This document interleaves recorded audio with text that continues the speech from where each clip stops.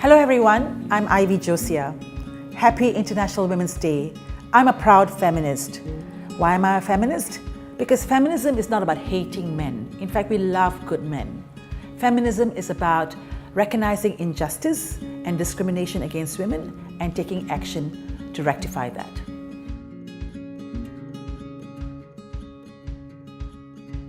Having volunteered for Women's Aid organization and worked as the executive director for almost 30 years has really impacted on my life.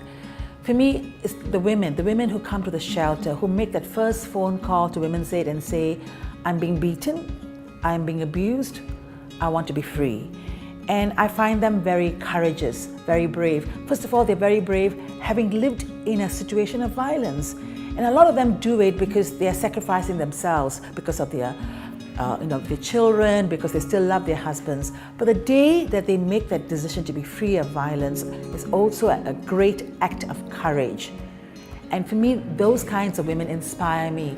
And whenever I feel that like giving up and I feel like, oh, I can't do this, and I remember women like these women who come, the survivors, who have dared to make that difference. So who am I to complain about my problems when there are so many other women out there who are so much more brave and tell me that I can do it too.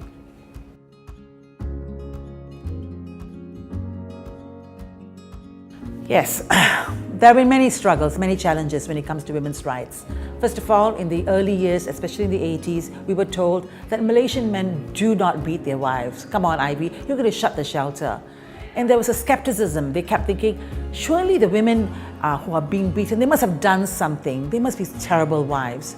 And we needed to fight this kind of attitude that no one deserves to be battered. It doesn't matter how bad a woman is, how terrible a wife she is, or perhaps she doesn't cook properly, or perhaps she doesn't know how to look after the children.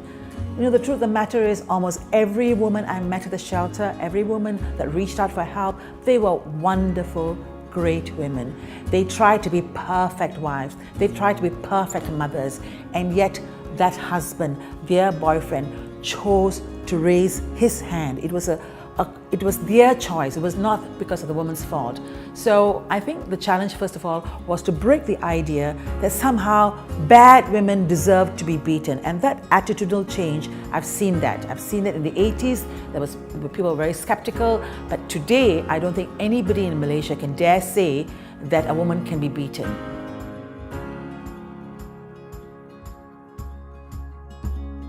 Of course, it has improved. If we look at the 80s, we did not have a law that recognized domestic violence as a crime.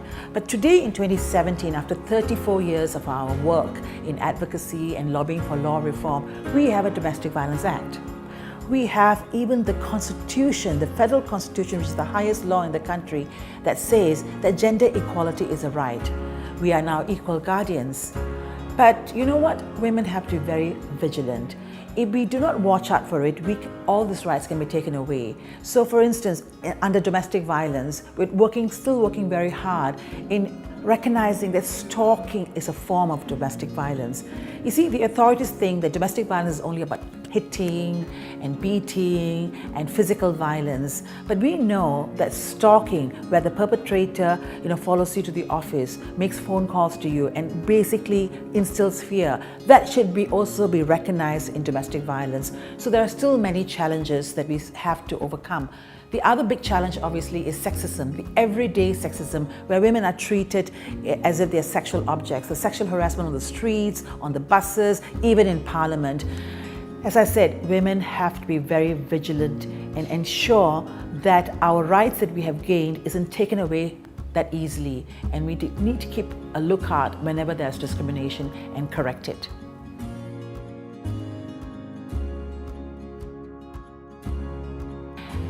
If there's one wish for women, I wish we could change gender stereotypes. You know how we are. We think women should be a particular shape, that they should be doing all the caring work, the cooking, the cleaning, the looking after the old and the sick.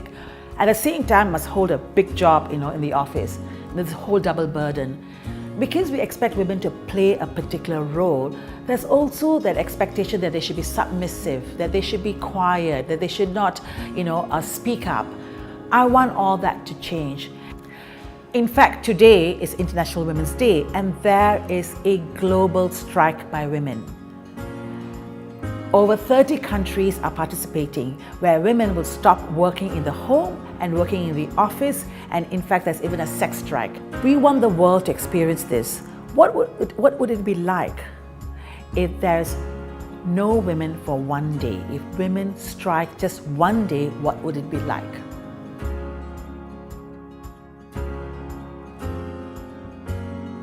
International Women's Day has a very special place in my heart, because it's a day when we honor women from the past, in a way back in the 1900s, where brave and courageous women went out there and said, you know what, I'm equal to men.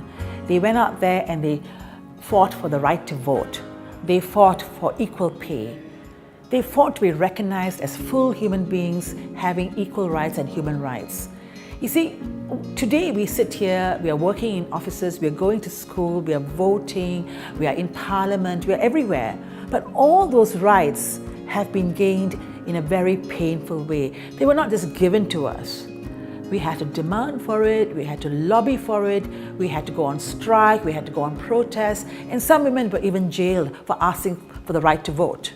So International Women's Day is about honoring women from the past.